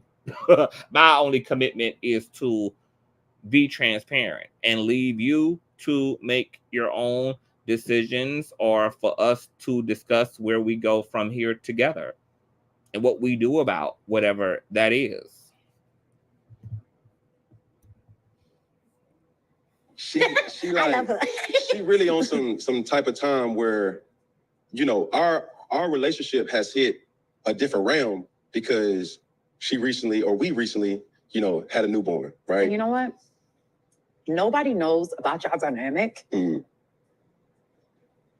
But it's one of those things you don't gotta know. You're just like, yeah, for sure.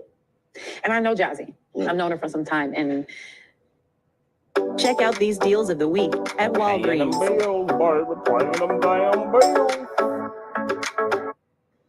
She's transparent. Yeah. She's real as fuck. She takes judgment, spits it back out. She speaks it and says it how it is. And women like that, most importantly, that are confident within themselves, that it don't even matter what everything, like, this is what it is. It don't even matter. Yeah. You're not finding anywhere. I'm gonna say this, and I'm gonna drop this Eliante for this particular episode. And a lot of people, or some people would take this as, y'all can have that. And some people would be like, yo, like, that's beauty. We both got our whole cards. Mm. And I'm like, it's crazy because, like, we be. I want a man to have my whole card. Me and my man. I look at her Carfax or her whole facts. She look at mine, and then it'd be like, what the fuck? Yeah. But you know what? Yeah. As long as you have see, that's what people don't understand, because social media is so quick to like have their say so on other people's relationships, and half of these people don't even have relationships with themselves. With themselves, literally. They're on the internet judging because they can't even look at themselves. Literally. They can't relate to your reality. Yes, or in general. Like, people aren't secure with themselves, let alone to understand the securement of someone else. Because there's going to be somebody. Is that a word, securement? It is now. Yeah. There's going to be somebody who sees this and they go, he for the baby. And let me make damn sure. You know what's good? Hold on, let me get this one on. When I look at your profile picture, I would never to you.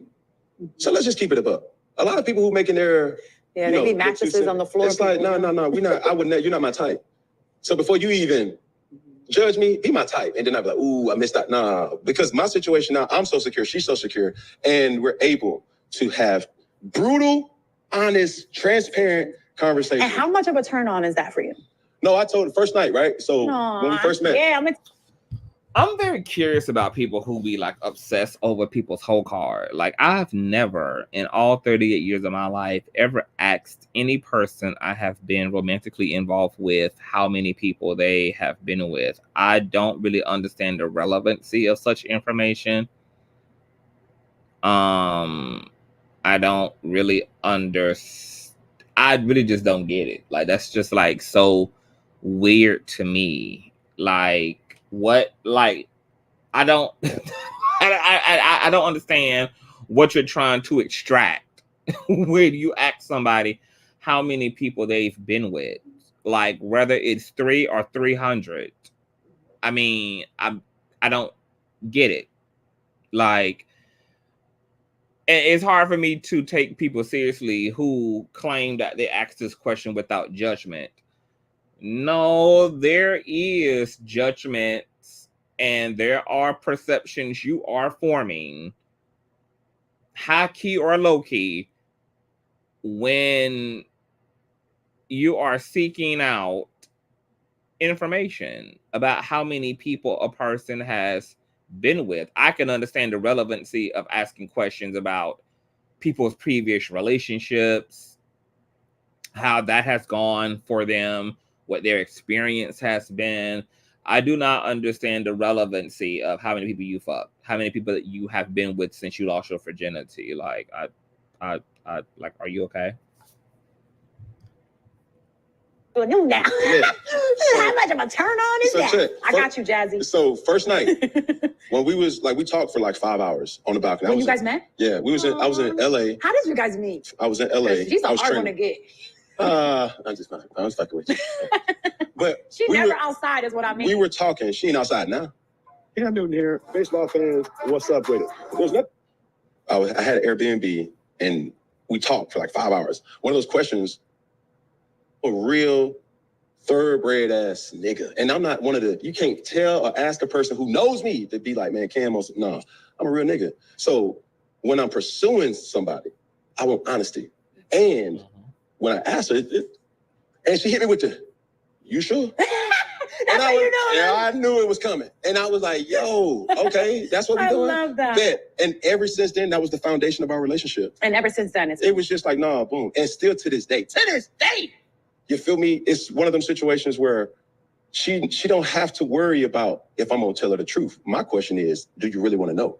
You don't gotta go through my phone. I'm gonna give you my phone. You ain't gotta do no sneak shit. I'm gonna get that shit to you. How old are you? 35. Sorry. Okay. We're the same age. Yeah. Am I 35 or 30? Okay, now in that context, I can understand the question. If you're asking so-called questions that people typically find it hard to be honest about, to see if they in fact can be honest, but it's still a really ridiculous question because you really don't know whether somebody's being honest with you or not, because you don't have any proof in order to line up what their answer is going to be. Like, if they tell you 60, you can't prove that it wasn't 600. If they say 3, you can't prove that it was 30. So I don't even understand what is like the measure of honesty that you're using in return as it relates to like what the person's response is going to be. Now, there is something that he's going to say, and then I'm probably going to end it here.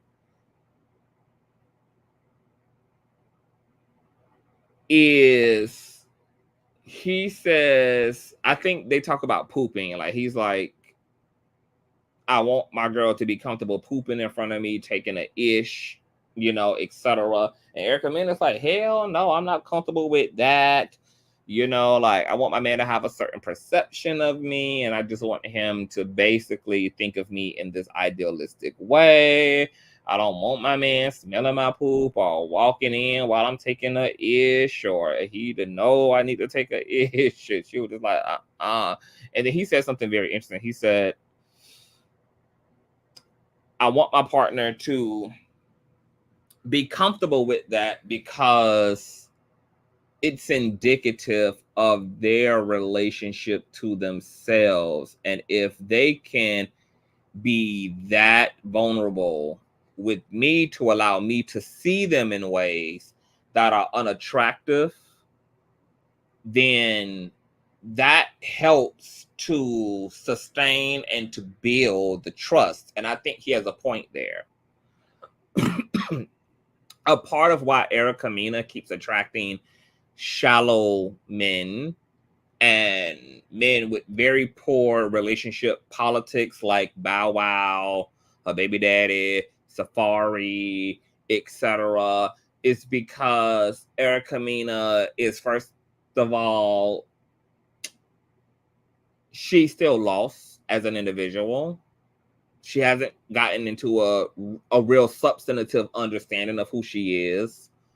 And then for two, she practiced a certain level, like her over romanticism of life, her over idealism, as Shauna was saying about Cam, is also apparent for Erica, is indicative of Erica not being comfortable in her naked truth. And that discomfort and her trying to distance herself away from the thing she's casting judgment upon herself about is what keeps allowing the law of attraction to send her men that also are not comfortable with her substance and don't want nothing to do with her substance and only want to experience her in a shallow way.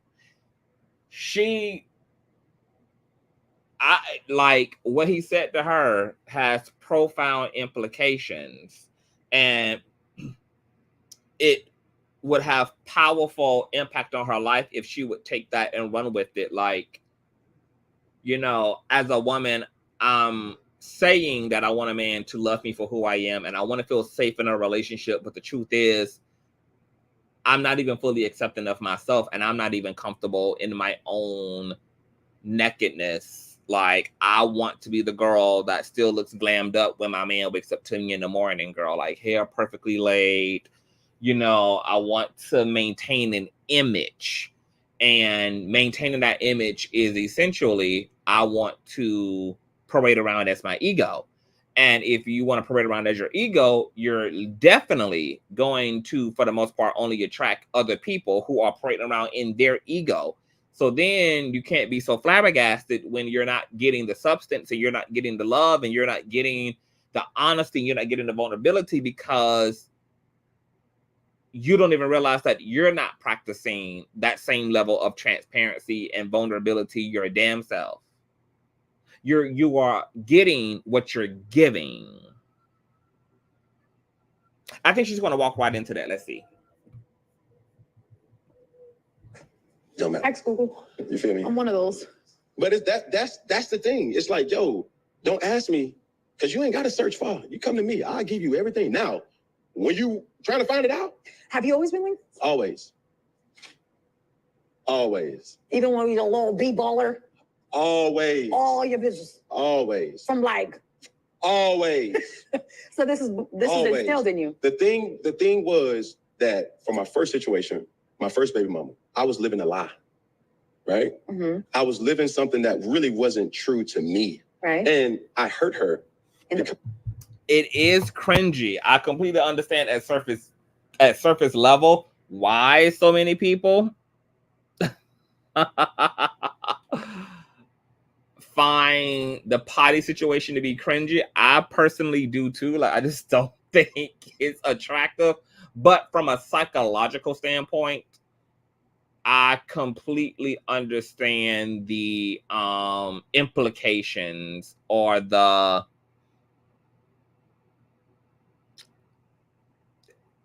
way that on an unconscious level, being comfortable farting around someone, because I even had read like some studies a while ago that says that a person who farts around you is unconsciously, through these like unconscious cues, demonstrating to you that they feel safe in a relationship. So people farting around you, burping around you, somebody who's comfortable with you walking into the restroom while you're taking a urine or doing number two is equivalent to a dog being on its back, exposing its belly. Like, and so from a psychological standpoint, you know, these are things that we have to overcome, and to be with someone. Because here's the thing, and this is what I learned, and this is why I had to come out of the closet. And I think it's the same way, even around this petty conversation of the trust building exercises that come through doing number 2 in front of your partner. Is I realized that when I wasn't being myself, and and this kind of goes back to what I was saying earlier about, like, you have to come full circle with yourself, and you have to unconditionally love yourself, and you have to be committed to improving upon yourself always. It's important for you to get comfortable in your authenticity, because it's going to be the only way for you to actually believe someone else's love for you.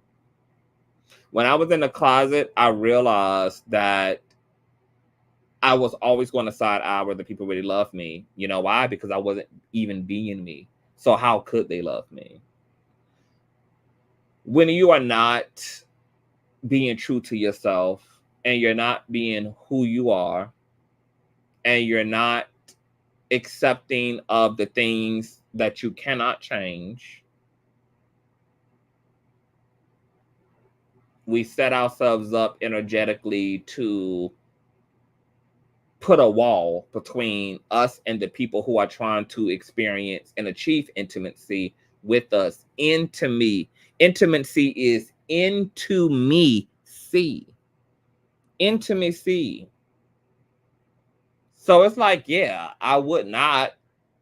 It is cringy. I would prefer my partner not to walk in if I'm doing number 2. However, I accept this as my intimate partner, and it is important for me to be completely comfortable and to allow my partner to see even the parts of me that are cringy to me, that I've practiced judgment and shame around, so that if for no other reason, I know that the person who's laying down with me every day, the person who's waking up to me every day, the person who's committing their life to me is actually doing that wholeheartedly and sincerely, because I am showing them everything.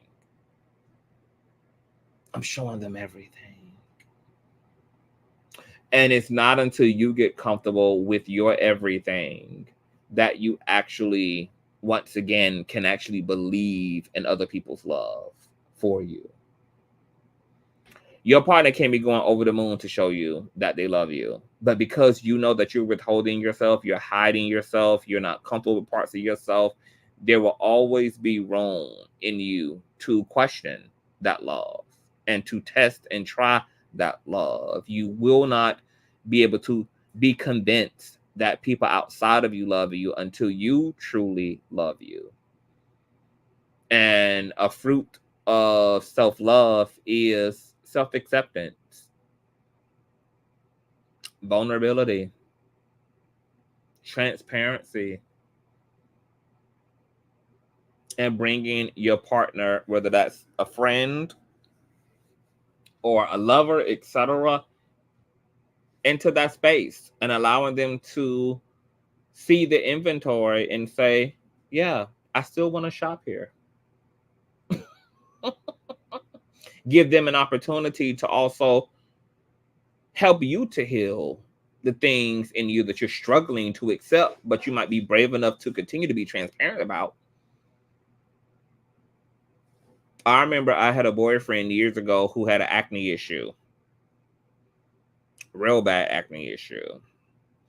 And he never used to like me looking dead on at him. You know, he would get kind of very uncomfortable if I just really, really, really would look, you know, at him from the side or whatever, because his acne was like across his cheeks and stuff. And sometimes he and I would just sit and I would just rub his face. I would kiss his acne. I would do all of that. And eventually he stopped having this knee-jerk reaction he stopped trying to mask his acne because he used to douse it up a little bit sometime with makeup, etc. I found him completely adorable. And the acne, for me, added to the adorability. And I took a lot of pride in going out of my way to intentionally demonstrate to him that he was still desirable to me with his acne in plain sight. And that was something that he eventually learned to not have to shield or to keep or to pretty up for me.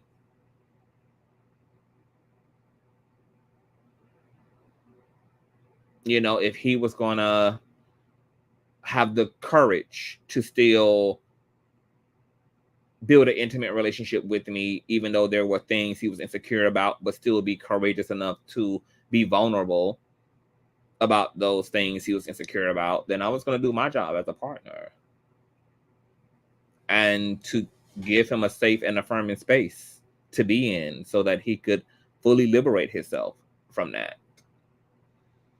You know, when we are hiding ourselves, we're not allowing people to truly love us, and we're not giving our partners the opportunity to show us that there's nothing wrong.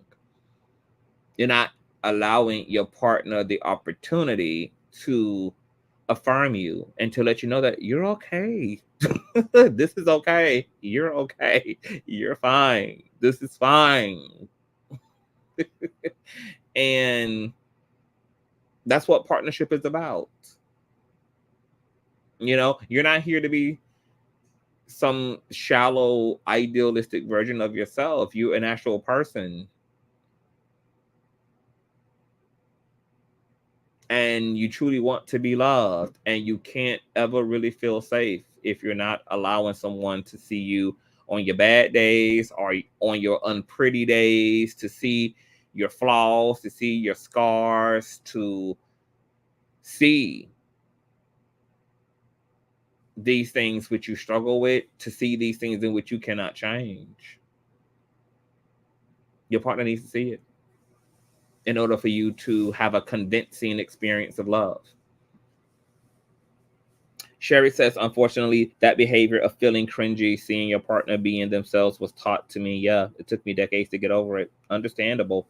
Sam Be Good says, that's love. Safe zones matter. Absolutely.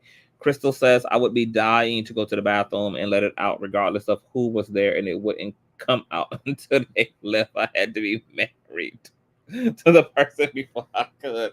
Yeah, you know, and these are all things that we just learn socially to be embarrassed about, you know, and all of these things are like societal insecurities. These are not things that we need to be insecure about because, like, inherently things that we just learn to be insecure about, to be broken about, you know. And that's what I mean by singleness is very profound, because it gives you the opportunity to really unpack your societal bullshit, your generational bullshit, you know, all of your interpersonal stuff. It allows you to just go in and to manually create yourself in the image of what's true and authentic to you. We need to have a lot more conversations about how important it is to be single, how important it is to do your work as a person, how profound and beautiful it can be to be single. Most people are uncomfortable being alone and being single, not because singleness itself is an issue, but singleness and you being unto yourself allows you to see all of the shit that you've been running from and distracting yourself from. And that's the stuff that you're uncomfortable with. That's the stuff that relationships can superficially distract you from. But when you're single, you kind of have nowhere to run, nowhere to hide. But that's where the work begins, and that's where the work ends. Rashonda says, what makes me mad? People say that they accept me but treat me differently. because of my size and what they don't like when I was honest. They the only one who lied about how they felt about me. I'm glad I'm single because I'm working on me. That's a full-time job daily. Yep, it is. And it's a beautiful one, and it's a rewarding one. And there ain't no more important of a relationship than what we have to ourselves. So this Erica Mena interview was very interesting. Once again, it was 2.5 hours. I did not even finish it. But woo child. I know Cam Newton's girl got her work cut out for her ass, baby, because he seems like a very complex person. Like, maybe he meant well when they were in the relationship segment, and maybe it was just like executed poorly, or maybe what he was communicating was just poor. But I don't know. I felt like he did a raggedy job of talking to Erica Mena as it relates to her dynamics with men and Safari. And I just don't feel like a productive conversation for a person as it relates to their interpersonal partner is going to be fruitful when the focus is on you trying to get that person to understand the other individual rather than using their experience of their ex or their partner to understand themselves. Because nothing that Cam Newton assumed about Safari or extracted about Safari is fact. It's all conjecture. It's all speculative. He don't know Safari. He don't know, you know, what Safari's real experience is, which is why it's counterproductive to have a conversation with her about, you know, oh, well, maybe, you know, you could have did more, or, you know, you got to think about this from his perspective. No, a lot of the questions just need to always go back to Erica Mena about her experience of herself in that situation, what she's observed in herself, what she wants to do about her observations of herself in her experience of Safari. Because that's tangible. That can lead to tangible transformation. I don't believe that Safari, that Erica Mena's job is to run behind her fucking ex to get him to be involved in their children's life. That's his cross to bear. If his children grow up and hate his ass, he would have done that to himself. It's not her job to do that. Also, once again, please date. Make sure that y'all see a person in their full glory. Don't make permanent decisions based upon honeymoon phases. Honeymoon phases are not a true autopsy. It's not a full unpacking and view of an individual. I love being single on period. Erica Mena needs to do a lot of work, and she needs to start with fully taking her own accountability. Absolutely. Cam tried to repo his baby mama car. He's trash. I don't know nothing about him, girl, but I like, ooh, girl, like, your woman probably is just with you, girl, because you just coined up and you successful and you got, you know, all the surface shit to check mark on the box, girl, and she likes it and loves it, baby. But I could never, honey. It seems like it's just too much going on, and he do put too much emphasis on women having to figure men out instead of making the focus women figuring women out and men figuring who the fuck they are the fuck out. So I'm going to get out of here. Zalea is going to create a slideshow, honey, and get some common discussions going about the new VP. I have saw some stuff in my algorithm earlier, so we should be back at some point today. If you guys have any recommendations or anything you want to see me discuss on the platform, please leave your recommendations in the comment section. You can email them at consciouztv@gmail.com, and you can follow me on Instagram at CHILEEEEEE, spelled just how it is right here on Instagram. And as it relates to Erica Mena, I know that Erica Mena is trash in a lot of ways as well. That's not what this discussion was about. I already done covered her and Spice situation. We already done dragged her damn silicone from one end to the other. we're focused specifically about just the relationship conversation that her and Cam Newton had, because Erica Mena represented like a lot of people in this discussion. She represented like a lot of everyday layman persons in this discussion. So I found that she was really relatable, like Deborah said, and that this would be a great opportunity to talk about relationships and romance and co-parenting and dating, etc. Because Erica Mena, like, she really did represent kind of the common person in the situation. So you guys check out the interview. Tell me what you think about the interview. And I shall see you all later. Bye.